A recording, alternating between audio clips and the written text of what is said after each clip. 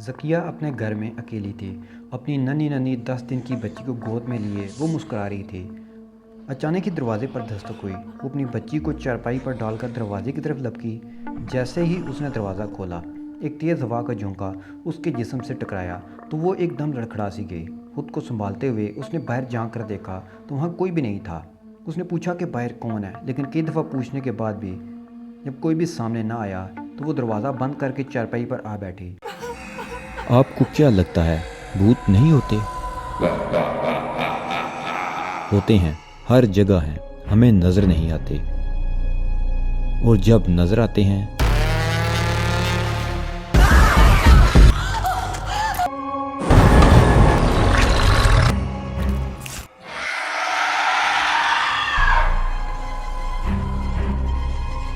وہ کچھ خوفزدہ سی دکھائی دینے لگی تھی۔ اور پھر اس کی آنکھوں نے ایک خوفناک منظر دیکھا، ایک کالا سیاہ وجود جس کے جسم پر لمبے لمبے بال تھے، آنکھیں سرخ انگاروں کی طرح دہک رہی تھیں۔ وہ بیری کے درخت پر بیٹھا ہوا اسے گور رہا تھا۔ یہاں ذکیہ خوفزدہ نظروں سے اسے دیکھ رہی تھی کہ اس نے ذکیہ پر چھلانگ لگا دی۔ ذکیہ نے ایک چیخ ماری اور گر کر بے ہوش ہو گئی۔ جب اس کو ہوش آیا تو اس کا شوہر فرید گھر آ چکا تھا۔ فرید ہی اس کو ہوش میں لایا تھا۔ جب فرید گھر آیا تھا تو اپنی بیوی کو بے ہوش دیکھ کر پریشان ہو گیا تھا۔ جب اس پر پانی کے چھینٹے مار کر اسے ہوش میں لایا تو وہ بہت بہکی بہکی باتیں کرنے لگی، کبھی زور زور سے ہنسنے لگتی تو کبھی رونے لگتی۔ اپنی ننھی بچی کو دیکھنا بھی گوارا نہیں کر رہی تھی، مرد کی طرح باتیں کرتی اور غصے کے عالم میں آنکھیں سرخ ہو جاتی۔ اب ذکیہ دھمکیاں دینے لگی کہ یہاں سے چلے جاؤ ورنہ میں سب کو مار دوں گی۔ ذکیہ کے ابو کو شک ہو گیا کہ اس پر کسی چیز کا سایہ ہو گیا ہے۔ وہ آہستہ آہستہ قرآن آیات کا ورد کرنے لگے۔ جیسے جیسے وہ قرآن آیات کا ورد کرتے گئے، ذکیہ کا غصہ اور بڑھتا گیا۔ اب وہ غصے سے بولنے لگی کہ یہ پڑھنا بند کرو، مجھے تنگ نہ کرو اور یہاں سے چلے جاؤ۔ اب ذکیہ کے ابو کہتے ہیں کہ ہمیں کسی عامل بابا کو چیک کرانا ہوگا، اس پر کچھ سایہ ہے، ہمیں دیر نہیں کرنی چاہیے ورنہ کچھ بھی ہو سکتا ہے، تم جلدی سے گاڑی باہر نکالو۔ فرید اٹھا اور گاڑی باہر نکالی۔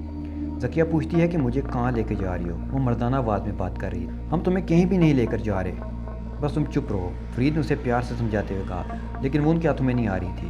کافی مشکل سے گھسیٹتے ہوئے انہوں نے اسے گاڑی میں بٹھایا۔ وہ اسے کافی مشکل سے کنٹرول کر رہے تھے۔ وہ عامل بابا کے پاس پہنچے تو ذکیہ بالکل خاموش ہو گئی تھی، لیکن اپنی سرخ آنکھوں سے عامل بابا کو گھورتی جا رہی تھی۔ انہیں جاتے ہی بابا جی کو تمام حالات بتا دیے کہ صبح تک یہ ٹھیک تھی کہ یکدم اس کے ساتھ یہ سب ہو گیا۔ عامل بابا نے سفید چونے سے اس کے گرد ہزار بنایا اور کچھ پڑھنے لگے۔ جیسے جیسے وہ پڑھ رہے تھے، ذکیہ مردانہ آواز میں چیخنے لگی۔ اس کے بال کھل کر چہرے پر بکھر گئے۔ کون ہو تم؟ عامل نے سختی سے پوچھا۔ میں ایک مسلمان جن ہوں، ذکیہ کے اندر سے مردانہ آواز آئی۔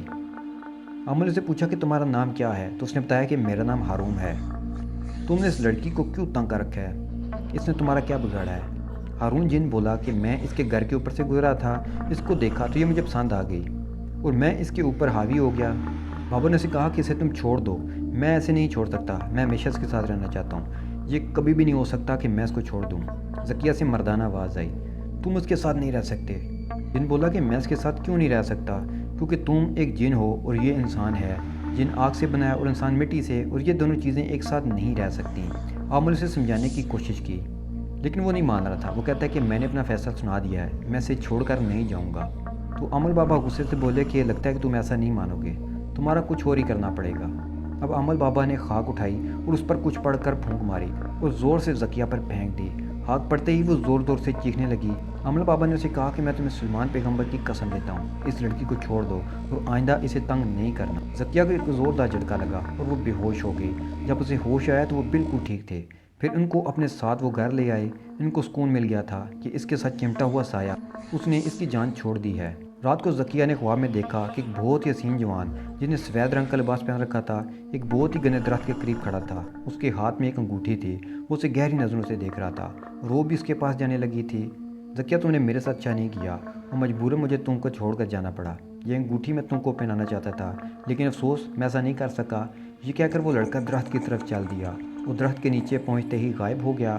ذکیہ سے غائب ہوتے دیکھتی رہی۔ ذکیہ کی آنکھ بھی کھل گئی۔ جب ذکیہ کا خواب ٹوٹا تو اس کے ارد گرد سے بہت ہی پیاری خوشبو بکھری ہوئی تھی۔ ایسا محسوس ہو رہا تھا کہ یہاں کچھ دیر پہلے کوئی آیا ہو۔ وہ کافی دیر تک اس خوشبو کو محسوس کرتی رہی اور سوچتی رہی کہ کیا یہ خواب تھا یا حقیقت تھی۔ کچھ بھی فیصلہ نہ کر پائی، لیکن ذکیہ نے سکھ کا سانس لیا اور دوبارہ لیٹ گئی۔